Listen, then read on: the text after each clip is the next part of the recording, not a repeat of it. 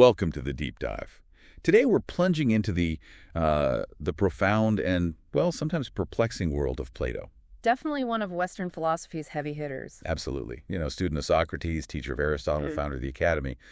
His influence on how we think about reality, knowledge, it's just immense. Hard to overstate it. But here's the thing, the real paradox we want to unpack today. Plato, this absolute titan of thought, had a really complicated relationship with motion. Yeah, that's putting it mildly. He genuinely saw change as a problem, like a fundamental issue.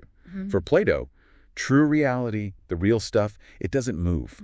He seemed to believe that anything that moves decays, anything that flows just fades away, and change, well, change ultimately misleads us. It lies.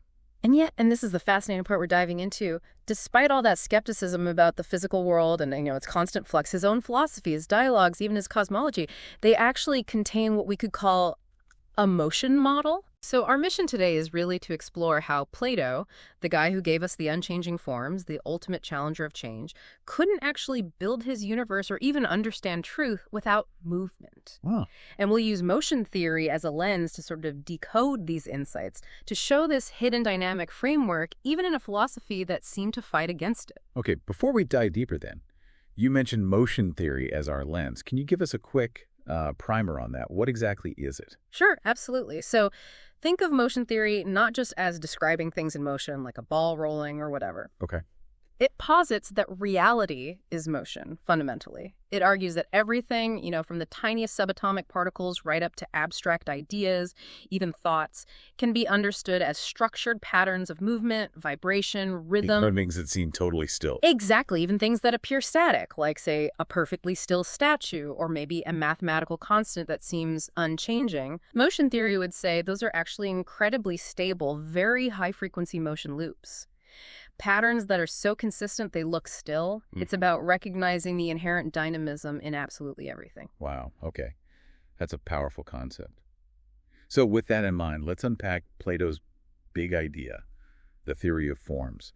How did he describe the world we actually see and touch? Well, Plato taught that this visible world around us, the one we perceive with our senses, it's inherently a world of change, imperfection, and constant flux. Always moving, shifting. Exactly. Everything here is moving, decaying, transforming. It's just fundamentally unreliable for finding truth. So if that's the unreliable world, what did Plato propose as the true reality? Where's the certainty? Well, in stark contrast, he proposed this higher realm, the world of forms. Okay. And this is where the perfect, eternal, unchanging ideas reside. And these aren't just concepts in our heads. For Plato, they are the true, ideal essences or blueprints of everything. Blueprints. Like the master copy. Kind of, yeah. Everything we encounter in the material world, this world of flux, is merely a fleeting shadow or approximation of these perfect, unchanging forms. Okay, let's make that concrete. Can you give us an example? Like, how would a tree in my garden fit into this? Forms, shadows. How does that work? Sure, good example. So think about that tree in your garden. It grows, right? Yeah. Its leaves change with the seasons. It might get diseased. It eventually decays and dies. Yeah. Because it's constantly changing and it's not perfect, Plato would say it's just an imperfect shadow of the eternal, perfect form of treeness, if you will. The ideal tree. The ideal tree, exactly. Or think about a person, even yourself. You change constantly, you age, your thoughts shift, your body transforms. You are, in this view, a shadow of the ideal, unchanging form of human. So you can see, from Plato's viewpoint, this constant motion, this change, it was really the enemy of truth. For him, real knowledge, true understanding, was about grasping that which never changes. Which puts him completely at odds with the idea that everything is motion, fundamentally. Yeah. Diametrically opposed, yeah.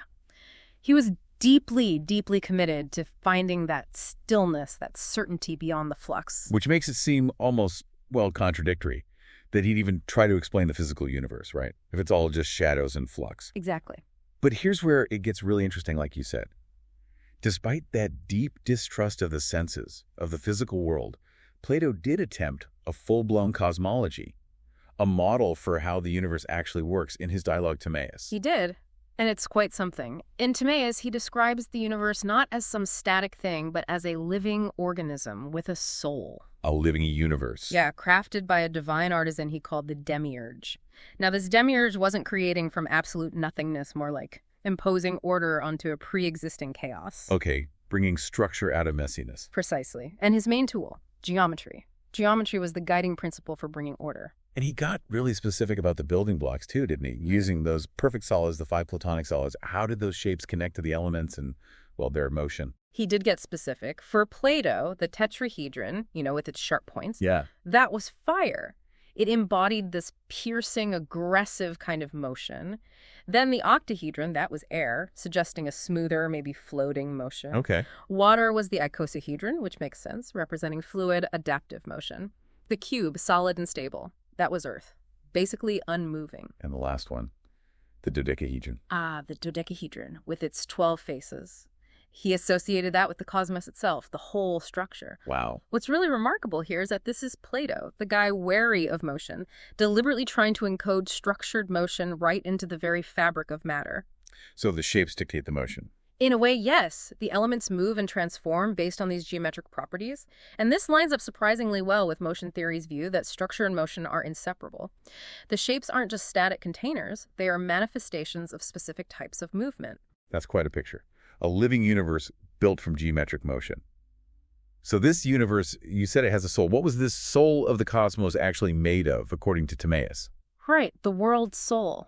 Plato described its composition from 3 fundamental ingredients: being, sameness, and difference. Being, sameness, difference. Okay. Yeah. Abstract concepts. They sound abstract, but for Plato, they weren't just concepts. They were mixed together, mathematically proportioned into a very specific and dynamic motion loop. A motion loop. So it wasn't just a static mixture. It had a pattern, a movement. It absolutely did. He described a dual rotation. There's this outer circle of the cosmos, he said, that rotates to the right. Okay. And that represents the principle of sameness, uniformity, stability.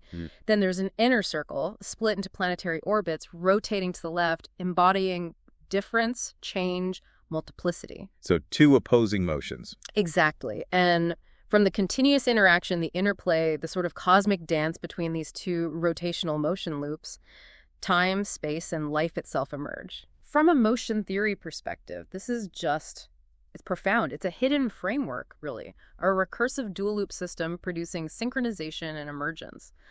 Plato might not have liked motion, but he couldn't build his cosmos without this dynamic, rhythmic foundation. Okay, let's shift gears a bit. Yeah. To Plato's most famous metaphor, probably the one everyone knows from Philosophy 101, the allegory of the cave from the Republic. Ah, yes, the cave. Foundational. So quick recap. Prisoners chained up, seeing only shadows on a wall, thinking that's reality.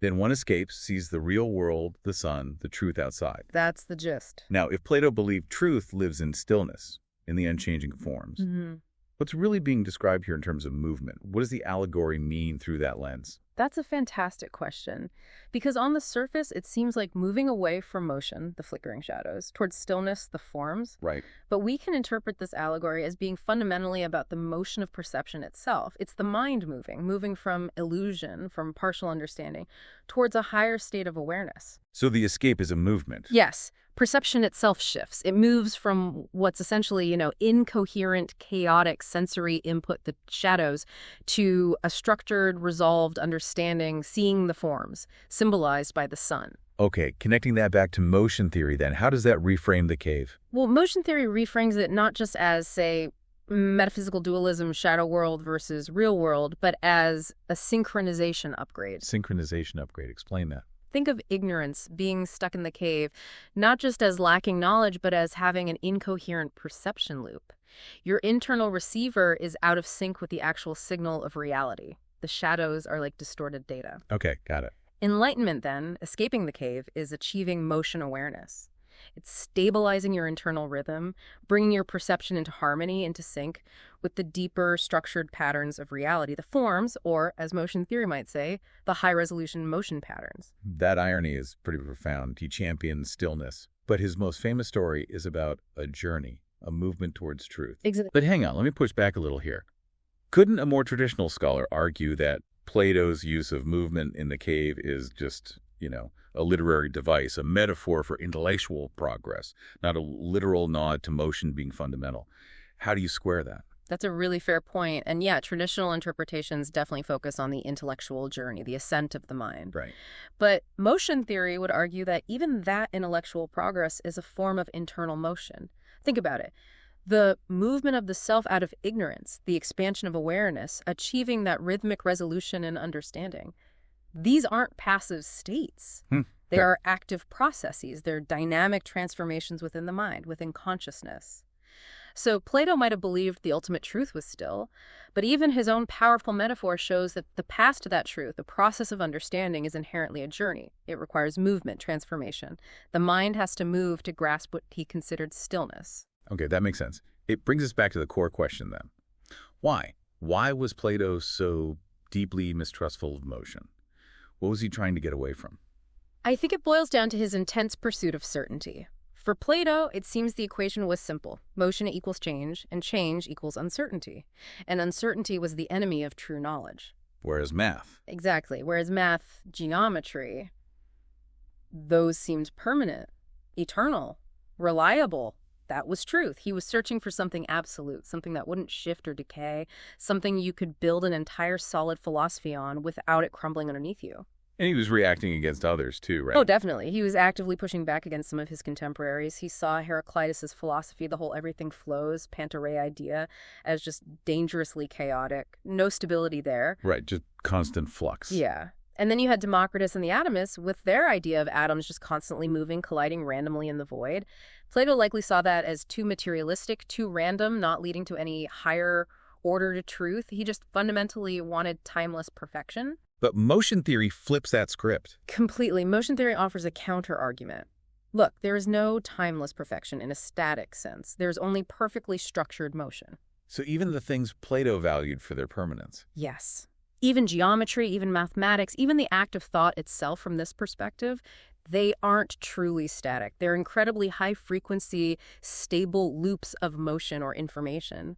Patterns so regular they seem unchanging. So nothing truly stands still. Nothing. Not even the forms, if you reinterpret them through this lens. Okay, so let's try and summarize this core tension we've been exploring. Plato fundamentally resisted motion. He distrusted it. Yet his cosmology, his most famous metaphors like the cave, his very theory of being, his ontology, they all seem to require it. That's it in a nutshell. He couldn't seem to build a universe without movement. He couldn't really imagine a mind reaching truth without some kind of transformation or journey. And he couldn't define reality without invoking some kind of hidden rhythm, like in the world soul. He chased stillness. Yeah, and accidentally mapped out structured motion. That's precisely it. And what's so powerful, I think, is how motion theory allows us to effectively decode Plato by reframing his core ideas, not dismissing them, but seeing the underlying dynamics. Okay, so let's do that systemically. How does motion theory decode Plato's main concepts, like the forms being eternal? Right. So Plato says forms are eternal. Motion theory interprets that as forms are high-resolution motion patterns. Think of them not as static blueprints out there somewhere, but as incredibly stable, high-frequency vibrations or resonances.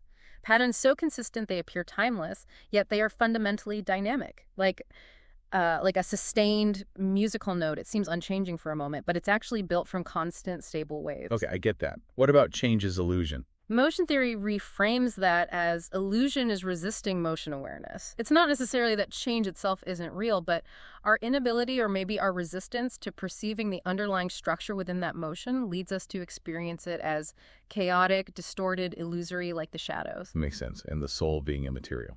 That transforms into soul is recursive structured motion awareness.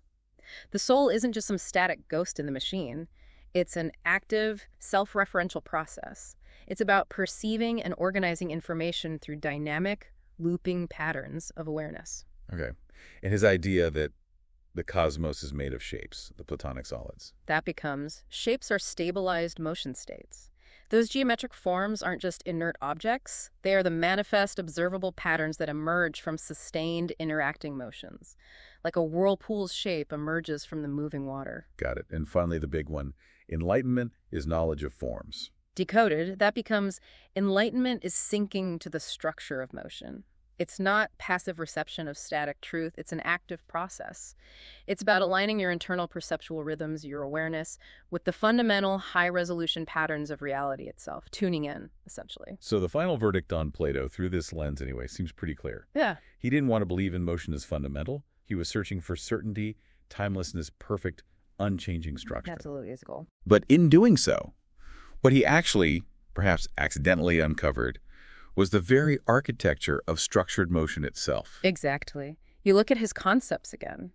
His perfect forms, you could see them as rhythmic attractors in motion space. Okay. His elements, built from Platonic solids, geometric motion structures. Right. His cosmic soul with its sameness and difference loops, a recursive motion loop generating reality. And the caves. The sync upgrade, a movement into motion awareness. So the central paradox holds right to the end.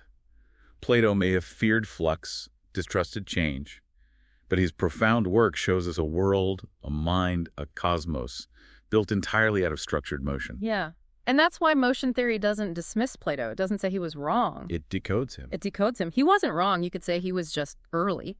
He saw the shape of truth, the structure. He just didn't fully recognize that the structure itself was moving, was dynamic, was alive with motion. He saw the architecture, but maybe missed the dance? That's a great way to put it. He saw the shape of truth. He just didn't quite know it was moving. So here's a final thought for everyone listening.